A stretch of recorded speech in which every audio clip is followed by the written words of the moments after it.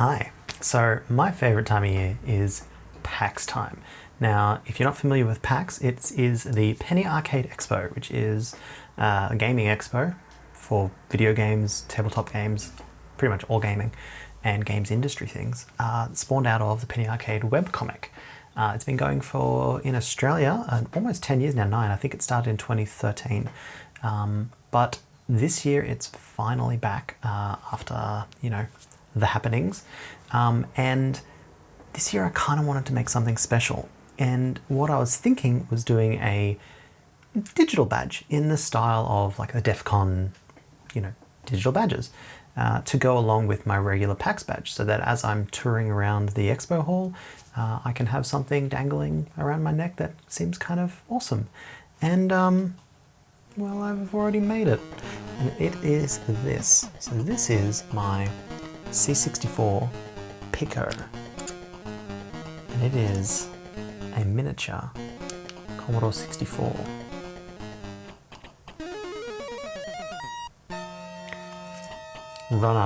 Running off a Raspberry Pi Pico. How cool is that? So I've already made this, obviously. I made 2 of them actually. And I just wanted to make this video to basically go over the creation and actually putting one of these together. Building it, the soldering of all the components, installing the software and testing it. So yeah, stick around. It's pretty involved, but I think it's pretty interesting as well. And yeah, at the end of it, we'll see how I went at PAX with it.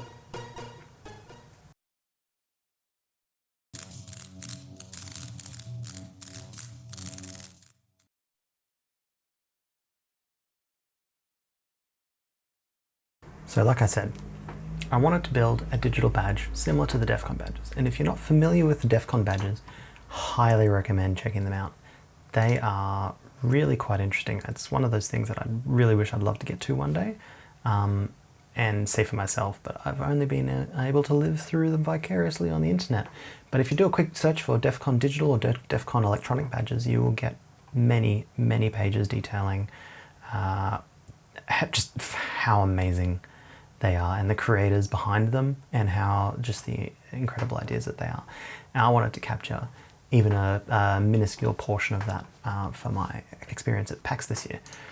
So I think it was about April this year, I had the idea of what if I got the many Raspberry Pi Picos that I've been collecting and using for different projects. I've been starting to replace STM32s in my designs. What if I got one of those and somehow ran a computer on it, like a retro computer? And then I thought, well, what's the best retro computer for me? It's the one that I grew up with. It's the Commodore 64. So I did a quick bit of Googling and found that there's already a project out there that can emulate a Commodore 64 amongst other computers on a Raspberry Pi Pico, which is this MCUME, the Multi-Computer Machine Emulator. This has been a fairly decent sized project that I found. It actually supports ESP32, Pico, and the Teensy platform, and a lot of different systems. So it can do Speckies, it can do Ataris, VIC-20s there, the Apple II even. It is a little bit limited on the Pico. Only, you can see on this chart here, only the Pico can support a couple of different systems like the Speckie and the Atari. But it can also do like 2600 game console emulation. I think it now can do NES as well, which is kind of cool. But yeah, I wanted to do the 64. And with this basic work, and by basic, I mean the base work done, it actually enabled me to kind of get a jump start on this project pretty quickly. But yeah, so came home, I think I was on holidays in April at the time, came home and immediately dove into KiCad, where I started just slapping stuff together and seeing how it would work. Here is the schematic. So this is pretty much everything that's needed. The complexity is taken out by just using an actual Pico itself. It has a buck boost converter on board, so it can take both the 5 volts in from USB and the 3.7 20-ish volts from the LiPo. It already has plenty of GPIO available. It already has I2C and other protocols available.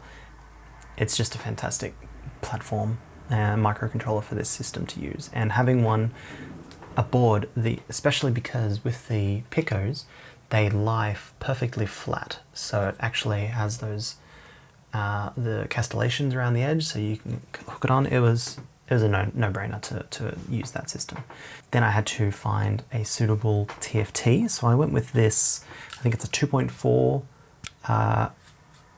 It's an ILI 934. Yeah, there it is, 9341 TFT. So I got the non-touch variant because I don't have touchscreen controls, but the touchscreen controller only added a couple of dollars. It's not really that different.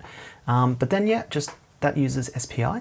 So it's a very simple connection to the Pico, and the MCUME software already supports this screen in particular, so that was also a non-brainer.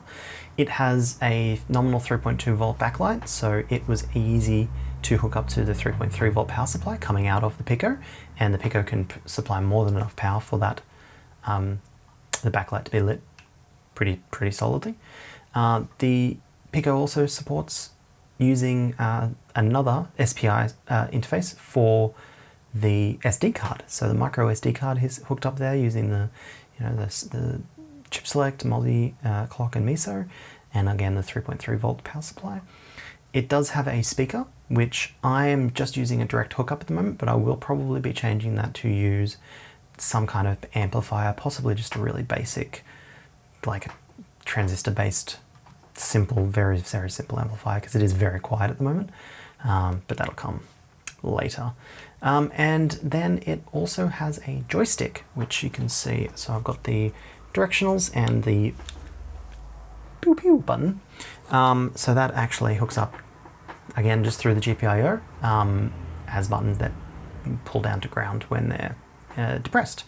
I've also added in the schematic here, I've added an extra footprint just in case I ever wanted to actually add an external joystick for joystick 1, joystick 2 ports, but at the moment it just uses these 5 buttons for up, down, left, right, and fire.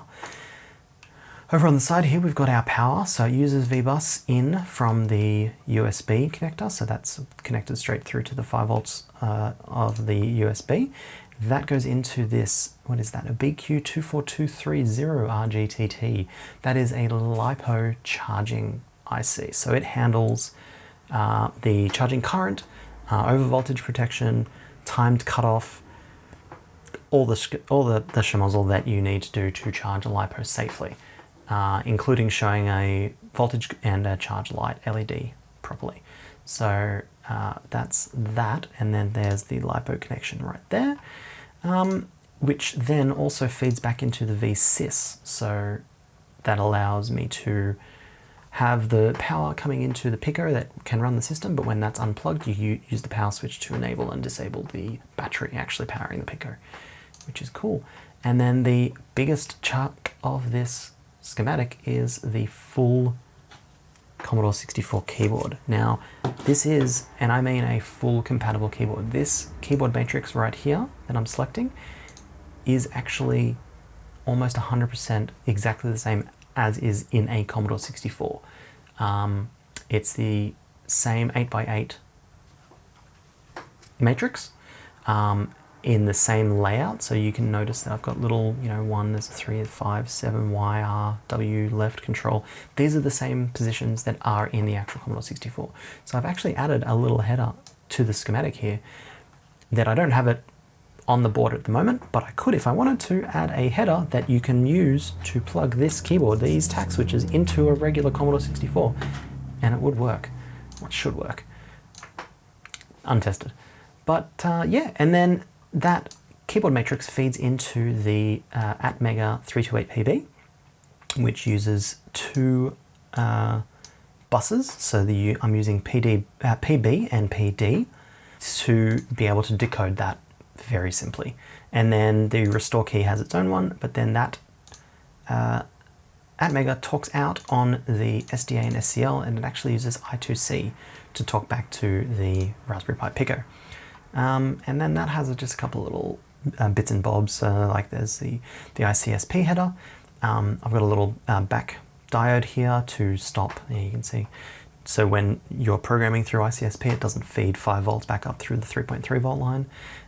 There's no crystal because the Atmega has an inbuilt, not a great crystal, but a crystal that can run at 8 megahertz, which is more than enough sampling rate for the keyboard. So kept components to an absolute minimum, but it works excellently. And yeah, that's pretty much the schematics. So let's dive over into the PCB design itself. So here it is. This is the final design as I've got next to me at the moment. It looks pretty straightforward, but yeah, the main components, if we go to the different layers, let's fill our backs and just show one layer at a time. So this is the front layer. You can see that there's not much going on here. There's just some buttons, all the keys, these tack switches. There's the footprint here for the display, which is a custom footprint, so I had to measure it from the displays that I was using specifically to make sure that I had everything laid out correctly. And then we've got the SD card slot on the side here. We've got the tack switches for the keyboard and the power switch. Pretty straightforward. And then if we go to the back layer, we've got the Pico itself. We've got our crappy speaker that I didn't end up using, but I will probably end up replacing this footprint with the standard JST that I will build in a moment, and I'll show you that shortly. And then we've got this is the power management IC for the battery, and some support componentry for that, some capacitors and whatnot, and then the JST connector for the battery. And then on this side we have the Atmega and its support componentry and the ICSP, and then a beautiful layout of tree traces for the keyboard matrix. Thankfully, with the Pico, it's actually a fairly straightforward design. One of the earlier prototypes I built of this, I actually used, I effectively took the schematic from the Raspberry Pi Pico and re-implemented it on the board because I thought it would, you know, give a little bit of a better layout than having this Pico. And it was just a pain. Eventually I rejiggered a bunch of things and was able to get the Pico space on the back. Plenty of space actually. And yeah, it worked excellently. So yeah, but enough of that. I've got the, I mean, you can obviously that I've already got them together, but let's go back in time a little bit to when I was putting this together. So here's all the bits. We have the main circuit board, which is of my own design. We can see it already has an Arduino, an Atmega 328PB sitting there waiting, and the parts to do, what's it called, lithium battery charging. And it's got the pad ready for the Raspberry Pi Pico to go on board, and then some cutouts for the LiPo and a crappy speaker, more on that later. And then on the front side we've got a slot for the micro SD, some joystick buttons, the TFT LCD screen, we've got a power switch, and a Commodore 64 compatible keyboard. And here's all the parts for it. So as again, we've got the Pico, we've got our micro SD slot, we've got the TFT and the FPC connector, we've got our lithium ion battery, some connectors, the power switch.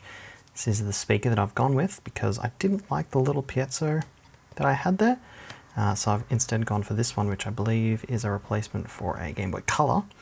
And then we have just a big old bandolier of buttons. And yes, I do have to individually SMD solder all of these on because I'm a masochist like that. Anyway, let's just get right into it. So this just aligns to those pads pretty simply and then goes down like that and sits like that. So what I'll do first of all is just get a little bit of solder on one of these pads.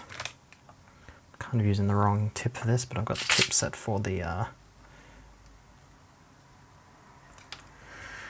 micro soldering of all of these switches. And let's cook that down.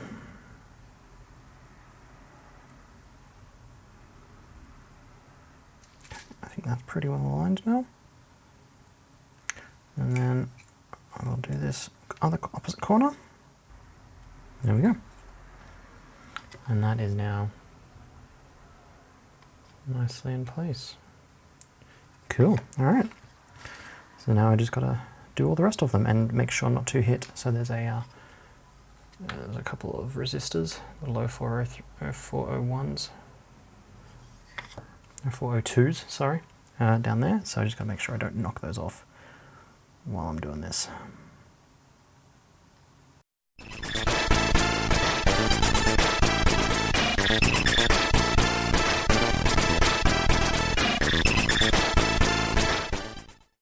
Cool. All right. Let's move on to, I guess let's do the TFT connector. So now I had to get this connector specifically because it has the, so the cable comes in on this side and then it has on the back the locking bar. So instead of being on the front and like a pull out, it's actually is very easily accessible because of the way that this folds. So when you have the cable connected, instead of having to try to get onto this side to hook it up, you can just do it from the back side. It's significantly easier.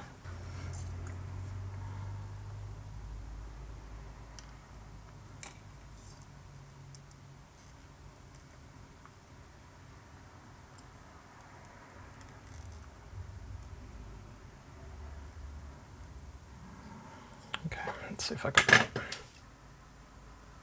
Yeah.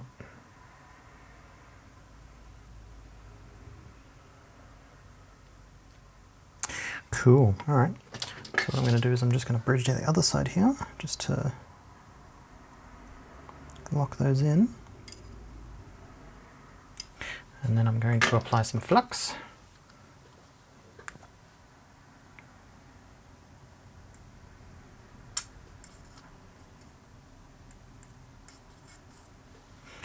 And use that. So I'm going to turn my fan on for this because this is going to get smoky.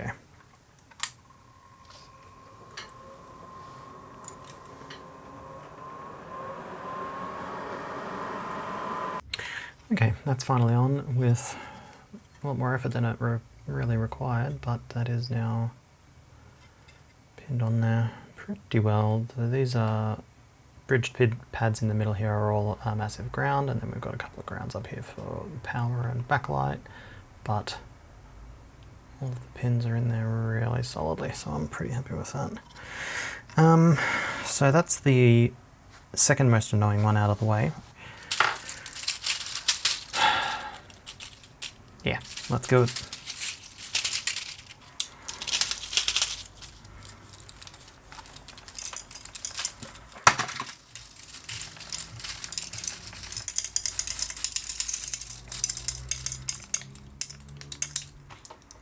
Yeah.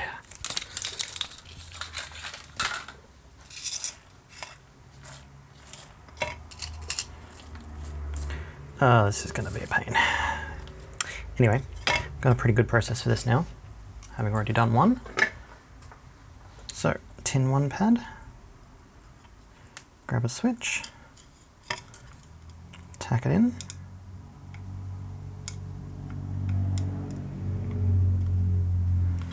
and then do the other side. It's still a little bit out.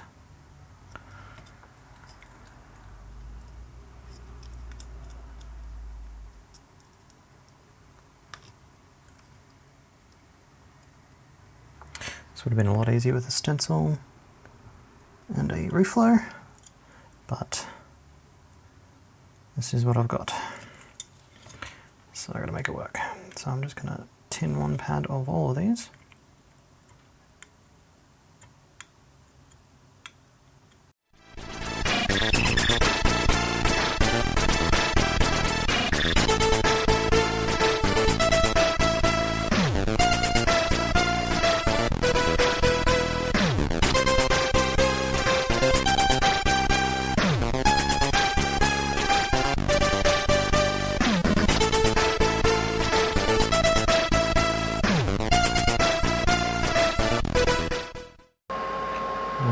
First row of buttons done.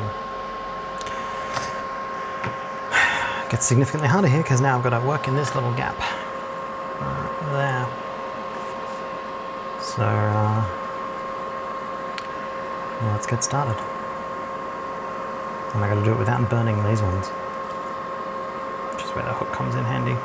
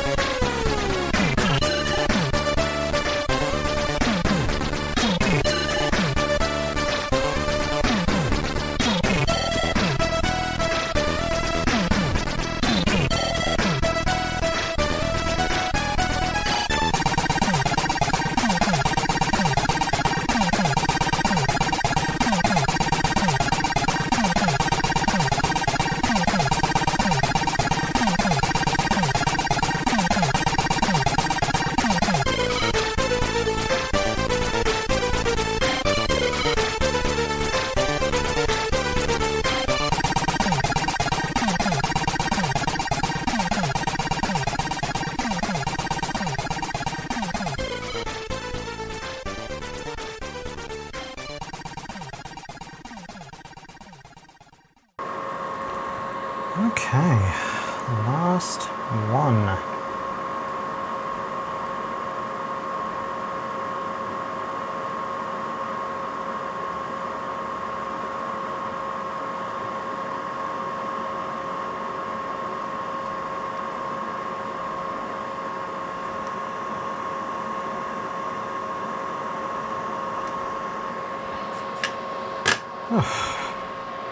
Ow. But keyboard complete. What is very hot. And I only burnt 1 and 2 buttons. So it's not too bad. Although that one is rather sharp now, so I'll have to clean that up. So here's the facepaint. Let's make sure that all of these buttons are aligned. Oh, yeah, there we go. Look at that. So a couple of them with the little dags that I've melted on need to be cleaned up, but that fits on perfectly. Nice, okay. So now I've just got to do the last 5. I might actually end up replacing a couple of these burnt ones, we'll see. I'm not going to make you sit through these last 5, so I'll come back when it's time to do the next part.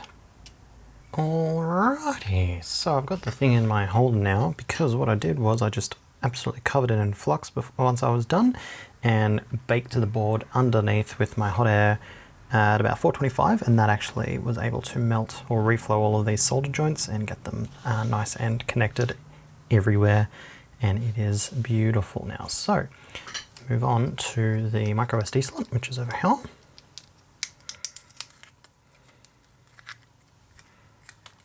And that should just pin straight into those connectors. It's got a couple of little guide pins, and I should just be able to dob that in really easily.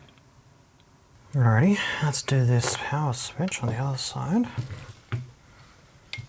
So we've got that down here, and that also has a couple of locating pins. So it should be pretty straightforward to pop that down like that. Okay. And that's this side of the board done. And the last things to do are the 2 connectors. So Now as you can see there, I've got a crappy speaker which is not this, but what I will be doing is putting a JST connector with a little bit of a bodge wire just across to hook up to those two terminals, and then this speaker will actually mount right about there. And the JST hookup will just go straight through like that. Job done. So let's get the speaker now. I've already got the JST that I'm going to be using for this, so that will go in like that, which means that we need our positive, which will be the pin on the far side here, moving that way. So this isn't a surface mount, unfortunately, so what I'll do is just bend those pins to make a surface mount.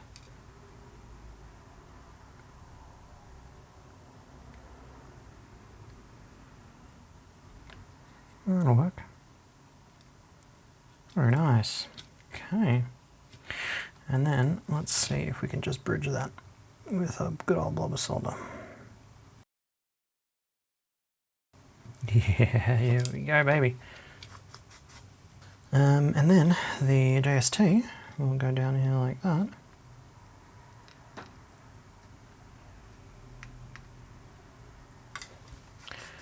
And then once those are done, I will clip them flush.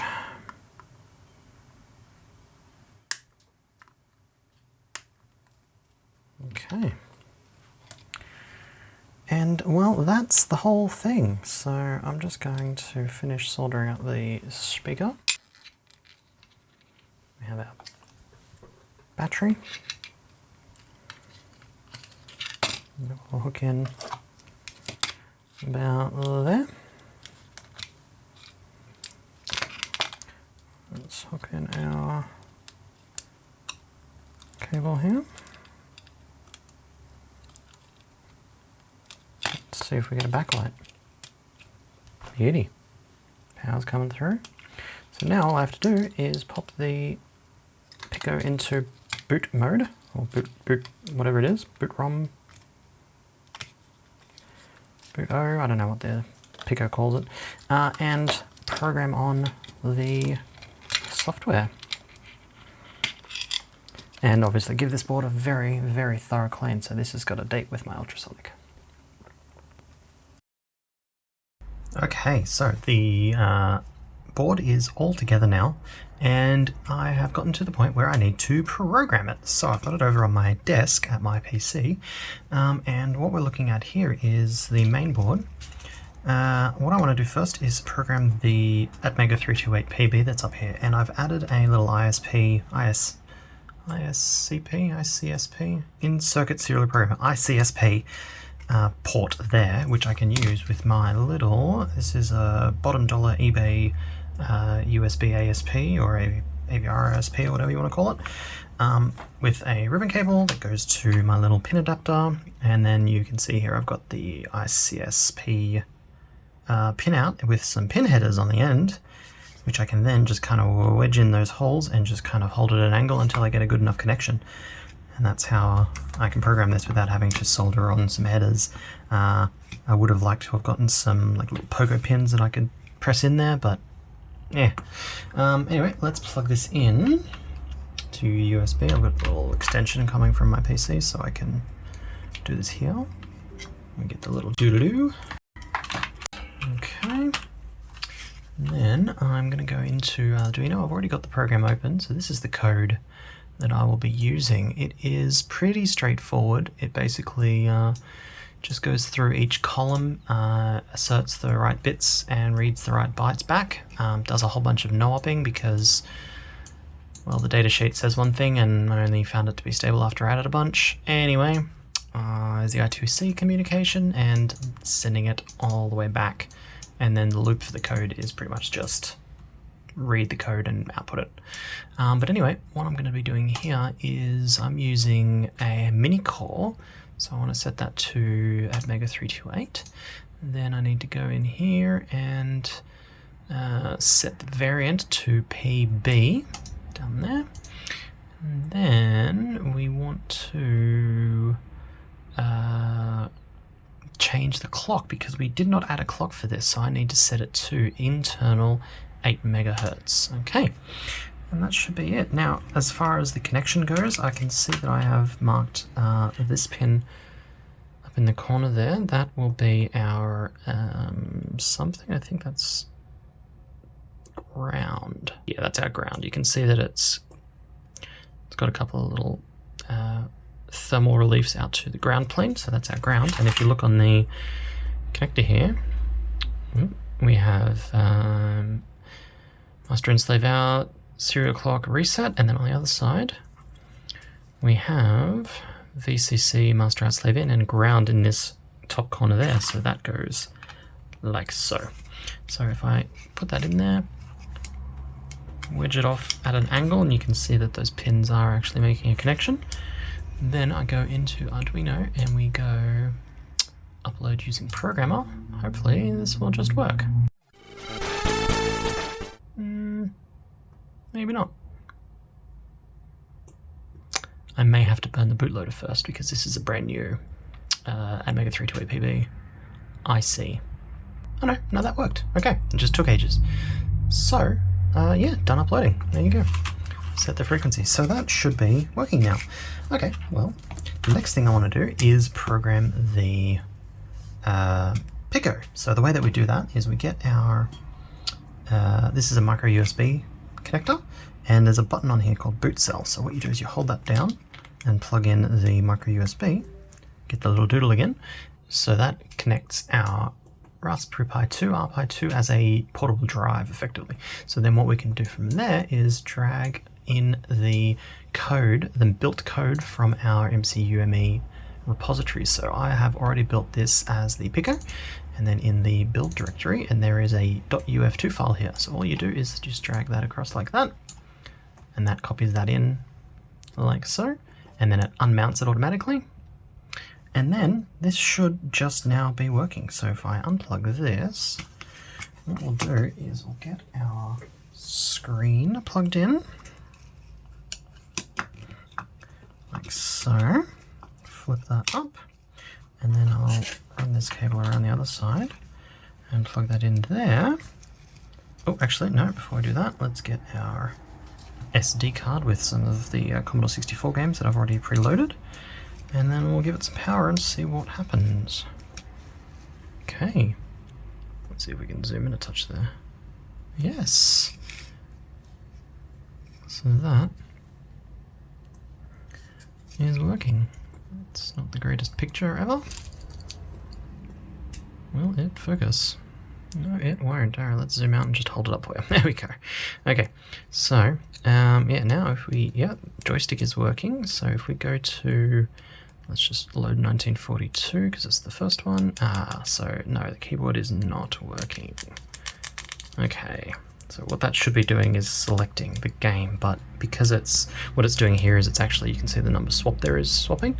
So that's a shortcut that I added to swap the joystick from port 1 to port 2, which means that the control key, which I believe is this one, is not being pressed. So need to do a bit of debugging in there. So what I'll do is I'll probably check the Atmega. I might just give it another program and see if that helps. Let's hit upload again and see what it says. Yeah, it's not happy. Okay, so let's do burn bootloader.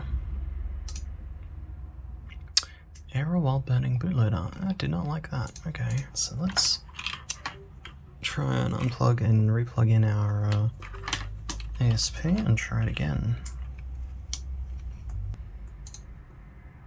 There we go. Alright. Okay, so it's burnt the bootloader correctly. Now let's try programming it.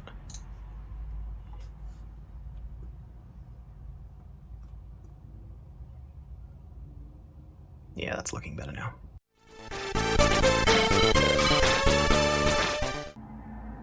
Okay, done uploading again. Let's give it another shot. Let's get our micro USB back across.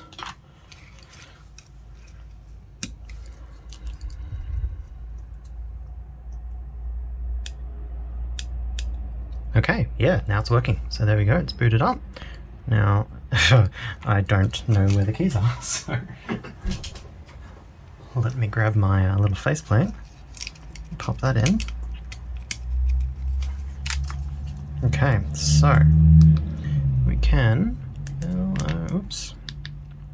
LOAD for load, return, and that should load 1942 into memory. So then we RUN for run, press return.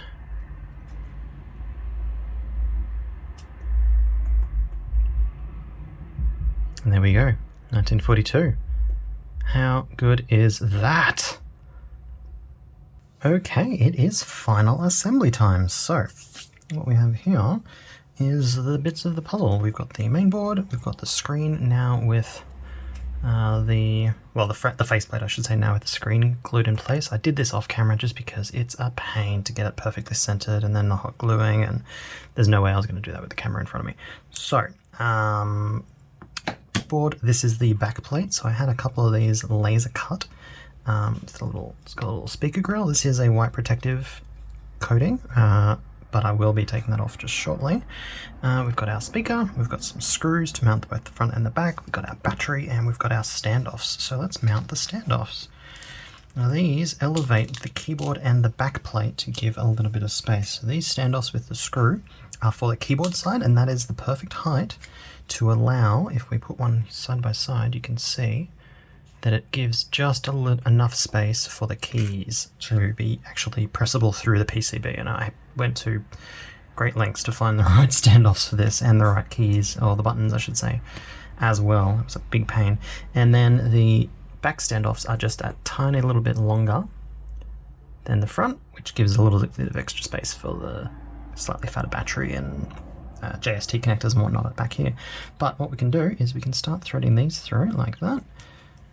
And then the standoff screws onto there. Now, obviously you can see that that's a little bit too long, so what I need to do is trim these up. And thankfully they are just nylon. So what I can do is get my little flush cutters, if I can find where I've put them. There they are. 3D printer aficionados might recognize these. And just trim them to about there. And then if I screw that back on, it has enough purchase to be able to grab the thread and screw on nice and tightly.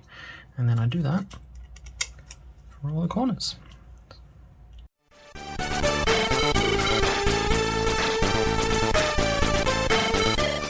And there we go.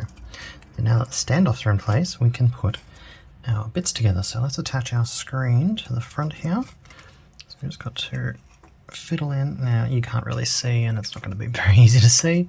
I am plugging in the cable underneath here, sliding it in like that, latching it down, and this will sit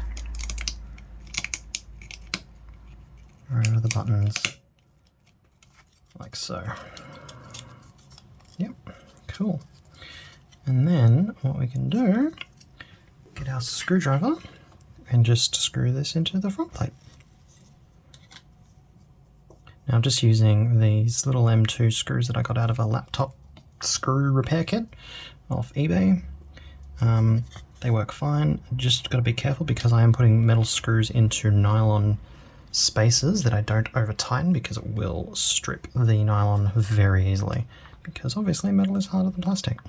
And there's the front, and you can just see that there's just enough purchase on those buttons to press them in. You do have to do a little bit of tipping, but yeah, and how good does that look? I'm so happy with that. Okay, now let's do the back. So, what you may be wondering so far in this video, what the hell are glue dots? So, they are what I'm going to be using to attach both the speaker and the battery. So they are little removable glue dots. You might recognize them from like the front of magazines and things like that. They are great little devices. If I just roll that out like that, I get a little dot of glue. And they are removable. Put one there, put one here, and then I'll put one there, and that'll be plenty to hold this battery in place. I probably want to redo that one because that turned out crap. Yay. So let's plug the battery in to the JST connector like so, and then let's position that battery and just press it down. Alright, and then we'll just finagle the wires in somewhere, and that is nice and attached and not going anywhere. But if I need to, it is removable. Just peel these back off. And now we've got to figure out where the speaker goes. So I think it goes about there, but the little grill on the back here really determines that. So let's peel that off. And that looks good right there. Yeah, okay. Let's make sure that's properly down. And then peeling off the last protective coating. Now I obviously want to peel this down when I'm fully done and give it a proper clean. And there it is. Isn't that a thing of beauty? So there's our power switch, power for the Pico, and the charging for that as well. There's our speaker and the battery. Micro, got our SD card slot on the side there, and you can see the profile of all the buttons and the keys underneath there. So if we flick that on now, and it's running off the battery.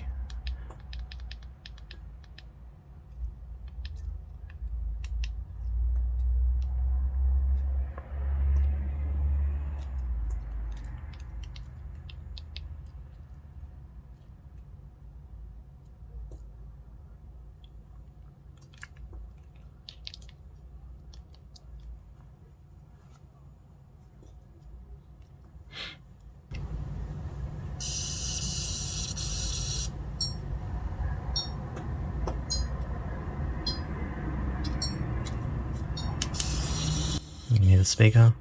Yeah. So, that's my little C64 Mini, or Micro, I guess. Would Pico? Let's call it a C64 Pico. That makes a lot more sense. So, that's my C64 Pico. Now, I'm pretty damn happy with how this build turned out. It's probably one of my most ambitious projects to date. Just in regards to how long it took, the iterations, the prototyping, and I guess the overall cost. I had to get a lot of stuff that I didn't really need, like extra batteries, extra screens. But no, I had a lot of fun building this, and it went over a treat at PAX. I had a lot of fun showing it to people, especially hanging around the classic console area, where at one point they were showing, they had a Commodore 64 set up and were having a small Cannonbolt tournament using the C64 port of Cannonbolt, and I showed up and ran Cannonbolt on my Pico, and had a good chat to the organisers and some participants. Yeah, and I didn't really get any videos or photos. One that I did get, which I'm really happy with, is I was able to show this to one of the creators of Penny Arcade and PAX, Jerry Hawkins, and he actually signed it, which is pretty cool. I'm very happy with this. But yeah, that's my C64 Pico. Hope you enjoyed this video, and thanks for watching.